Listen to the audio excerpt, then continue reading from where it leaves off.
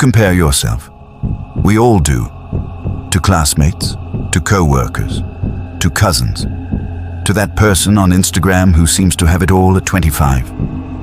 You scroll for 5 minutes and suddenly you feel behind in life.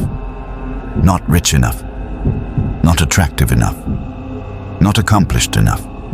But what if I told you? It's not comparison that's hurting you, it's how you're doing it. Here's the truth. Your brain is wired to compare. From childhood, we learn by watching others. As adults, it continues. But somewhere along the way, comparison turned from curiosity into poison.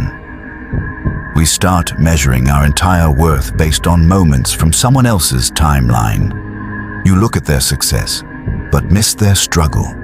You see their confidence, but not their late nights. You judge your behind the scenes against their highlights. It's not fair, and it's not true, but it feels real. Marcus Aurelius wrote, "Don't waste time thinking about what others do or say, unless it concerns your own growth." The Stoics didn't say, "Never compare." They said, "Only compare what leads you to peace." You don't need to match someone else's life. You need to understand your own.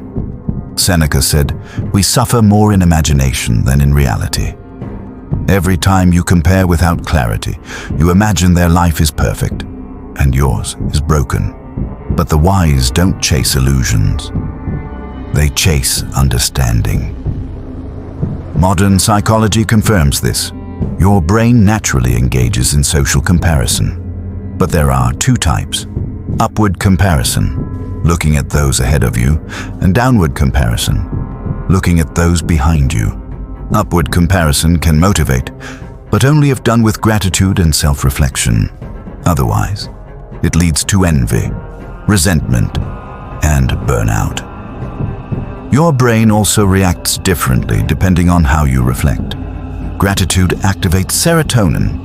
Envy activates cortisol. In short, the way you compare literally changes your brain chemistry. Here's how to compare the Stoic way, so you rise, not crumble. 1. Compare effort, not outcome. You can't control the result, but you can control your work ethic. Peace lives there. 2. Compare your timeline, not theirs. Everyone blooms differently. Your story isn't late, it's layered. 3. Compare to learn, not to judge. Be curious, study people, but don't use their path as punishment. 4. Compare with gratitude, not envy. Their success isn't your failure. It's proof that progress is possible. 5. Compare snapshots, not stories. You see a post, not a person's pain. Don't assume a full picture from a filtered moment. 6. Compare privately. Reflect honestly. Not everything needs to be posted. Growth happens in quiet places. So does healing. 7. Compare with yourself daily. Are you a little kinder, more honest, more patient than before? That's real success. The next time you feel small after scrolling, don't close the app in shame. Pause. Ask, what am I chasing? Is it even mine? Or is it borrowed pressure? Remember this, you can admire others without abandoning yourself. You don't need to catch up. You need to come home. If you've ever felt like you're behind in life, or like nothing you do is enough, then this channel is your space to breathe. Subscribe, not for noise, but for stillness. For Stoic wisdom that helps you rebuild your mind. For psychological clarity that calms your comparison. Because you're not lost, you're learning. And the person you're becoming is already more than enough.